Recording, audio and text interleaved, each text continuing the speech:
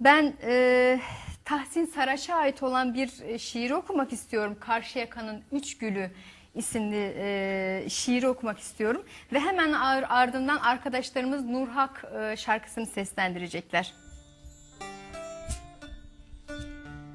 Asılmış bir al umuttan, kara gücün korku dalında.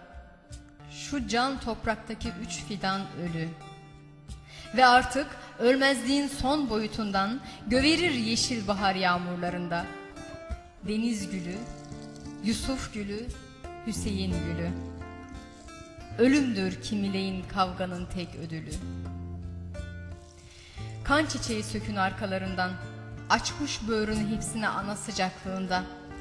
Devrimin kan kalesi Karşıyaka gömütlü ve gençlik günlerine doymamışlık dağından bakar anılar mavide ve göğüs hep namluda.